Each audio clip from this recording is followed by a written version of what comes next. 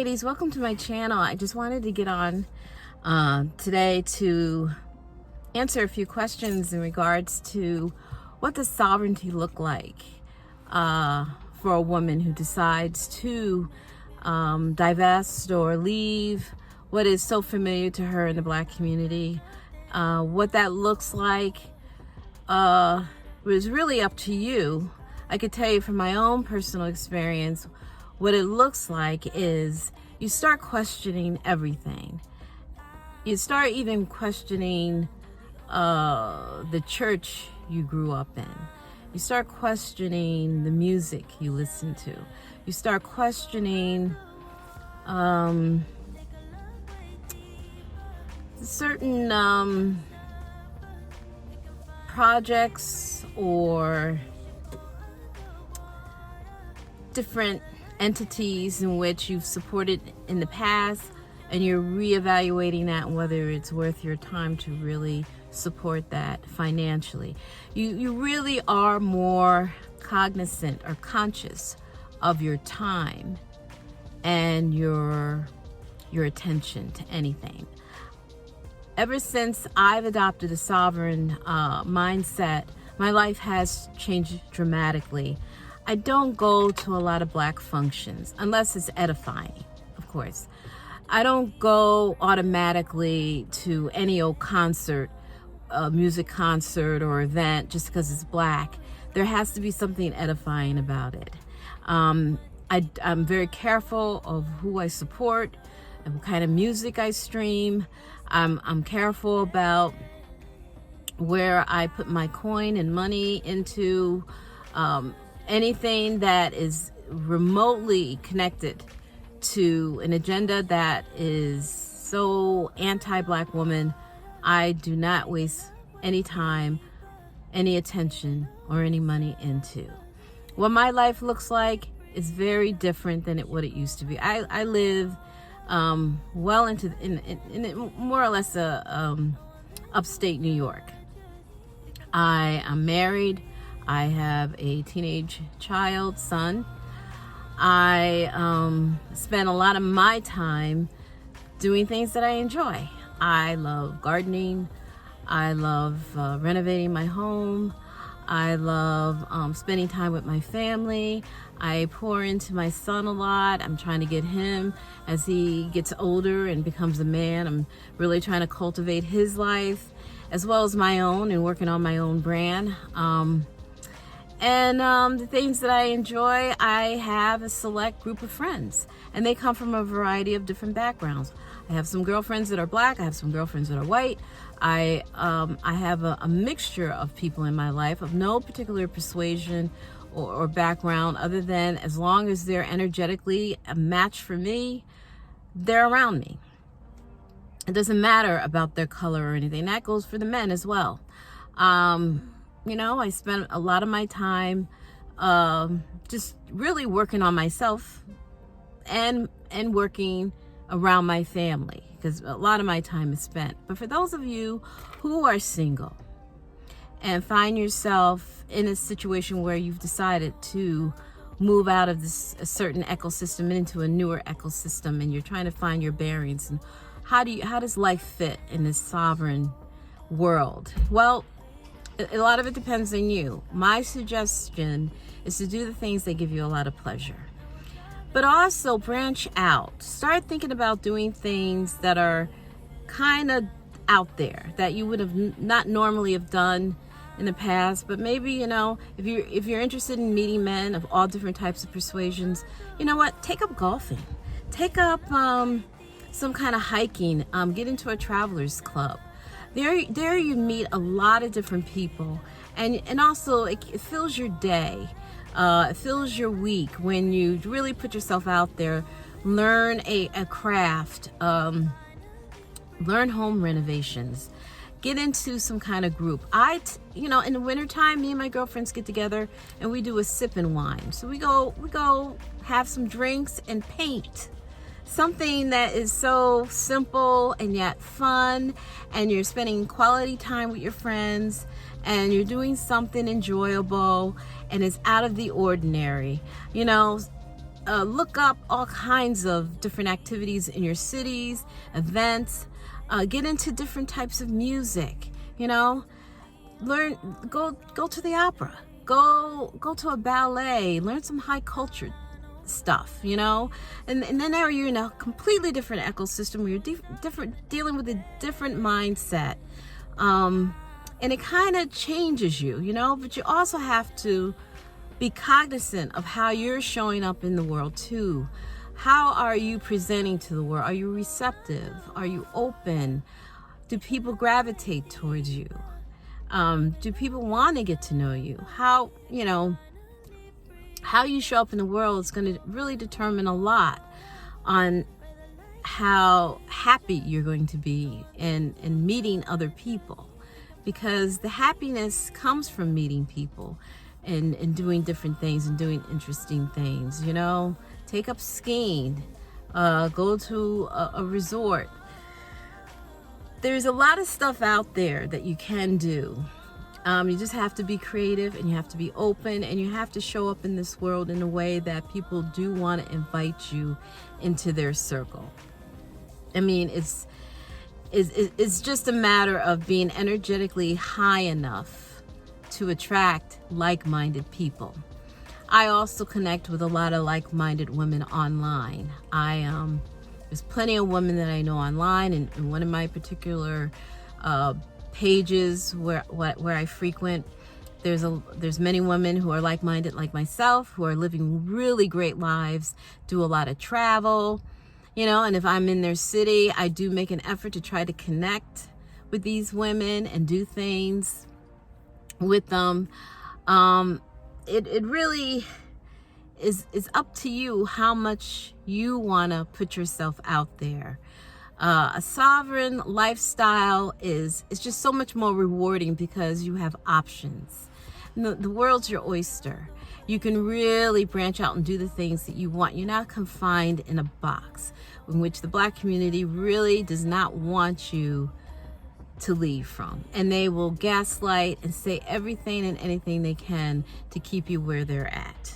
Because they tell you every day who the real God is, in terms of, who's really running the show. There wouldn't be so much of a concerted effort to keep you where you're at if you weren't a powerful entity within the Black community. Think about that for a minute. You're that powerful that people will do everything and anything they can to keep you where you're at.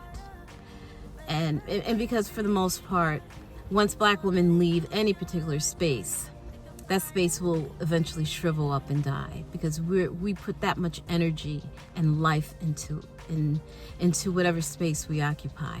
How much more rewarding it would be if you were to turn that energy and edify your own life, and how much more you could accomplish if you took all that energy and putting it into other agendas that you could turn around and put it into yourself. And then you can understand the fear of why people don't want to see you go. They don't want to see you go because they know if you leave, it's going to be a wrap. And that's just the honest truth. When you start really thinking about what it means, what are the implications of you leaving, you can understand their fear. Imagine if Black women in the Black church just up and left. What would happen to the Black church? What would happen to rap artists and music celebrities, or any celebrity of that matter, who decided to, and you decided to stop supporting them, stop going to their concerts, stop listening to their music, stop listening to, or at least purchasing their podcast, or listening or streaming their podcast? What would happen when you remove yourself and your attention from their spaces? What would happen to them? And so now you can understand the fear and what the fear really means, why they fear you leaving, because they know that they don't have much of a chance of surviving on their own. This is why there's so much gaslighting going on. But you you could do whatever you want to do. Nothing bad is going to happen. Don't listen to these people who are saying things like, well, you're going to be alone at 50. You're not going to have a man and all that. Well, you know, I don't know who said that being married is a easy button to happiness. That's not, there's plenty of people. Don't look at the longevity of anyone's marriage as a sign that that's a happy marriage. There are plenty of people who stay married and are in miserable marriages. And there are many people who are single and they're living their best lives. So that's not a barometer for happiness in any respect. You do what makes you happy. That's what being sovereign really is about. Being free and having options and doing what you want to do, living where you want to live, being with people who edify you, who pour into you. It's not about, you know, adhering to a script, a narrative, and putting you in a box where you can only do a certain amount of things. Living a sovereign life is really about you being the architect of your own life. When I became sovereign, I questioned it all. I started questioning everything. You know, I expanded my spirituality. And that's why I have the name Goddess attached to my brand. Because I edify the goddess archetype. You know, the Black community does not, it goes against that. They edify an archetype of the big mama, the strong Black woman. That your value is only attached to how much you can mule for the community, how much you can do for the, how much you can take the hits for a community.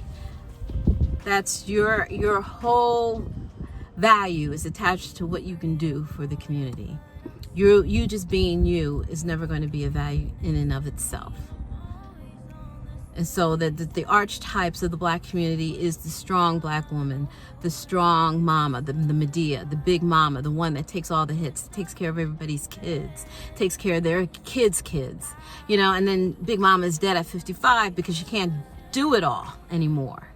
This is what the Black community looks at as the glue, and it is the glue of that community. But when you shed that archetype and you move into another archetype, like a goddess archetype, now you're talking about you being the god of your own life, you being the architect of your own life, and forging in this world as if you have options, and you set the boundaries. And what that looks like is whatever you want it to be. You know, do what works for you. I can give you an example of what my day-to-day life is. It's pretty much free of drama. I don't have a circle of people. I've exercised extreme prejudice when I deal with people and how much I allow into my circle. And those that I want to be around, that energy I avail myself to, because I show up in the world in a certain manner. You know, I show up in a world where people do want to get to know me. I show up in a way that I am open, but I'm discerning too. You know, you have to vet people, even when you move into a different ecosystem. It's not all wonderful rainbows and sunshine. You still have to vet. You still have to move with a bit of discernment, like anything and anywhere in life. So be mindful of that. But also understand that it's how you show up that's going to determine how open people will receive you. So I hope I answered the question. It was a long enough video. I will go into more detail about the fear regarding the Black community seeing Black women move into another ecosystem or environment, and why that fear. I touched on it a little bit in this video, but we can really go in real deep about what that really means and the implications for the Black community and the implications for you, and how you have to move even more careful, because there are a lot of people invested in seeing you not prosper. And we're going to talk about that in the next video. Thanks for watching. Please check out my blog on breakingbadgoddess.com, where I talk, or at least write, in more depth about sovereignty and what that looks like for Black women. Thanks for watching.